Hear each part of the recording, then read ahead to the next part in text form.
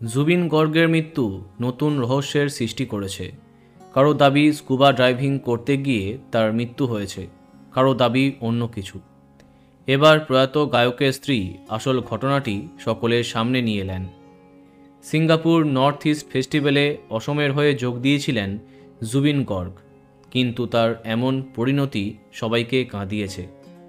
প্রত্যক্ষদর্শীদের কথায় জুবিনের মৃত্যুর খবর সামনে আসতেই শোকে পাথর তার স্ত্রী গরিমা সাইকিয়া। কেঁদে কেঁদে দুবার অজ্ঞান হয়ে গেছিলেন তিনি।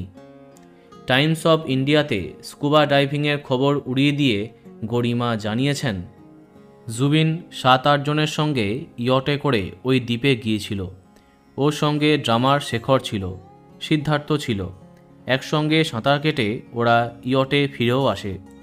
সকলেই লাইফ জ্যাকেট পরেছিল, কিন্তু জুবিন আবারও সাঁতার কাটতে গিয়েছিল। সেই সময়ই আবার তার সিজার অ্যাট্যাক হয়, অর্থাৎ মৃগী।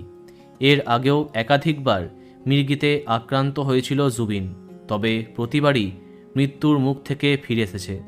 কিন্তু এবার আর ফাঁকি দিতে পারল না। জুবিনের এমন অবস্থা দেখে ওর বন্ধুরা ওকে উদ্ধার করে আনে। সিঙ্গাপুর হসপিটালে 2 ঘন্টা ভর্তিও ছিল। জানা যায় শুক্রবার দুপুর 2:30 নাগাদ সিঙ্গাপুর হসপিটালে শেষ নিঃশ্বাস ত্যাগ করেছেন জুবিন গর্গ।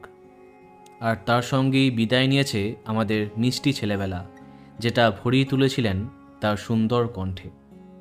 বন্ধুরা, ভিডিওটি এইটুকুই। বাংলা বিনোদনের অন্যান্য খবর পেতে সাবস্ক্রাইব কারেন্ট বস। ধন্যবাদ।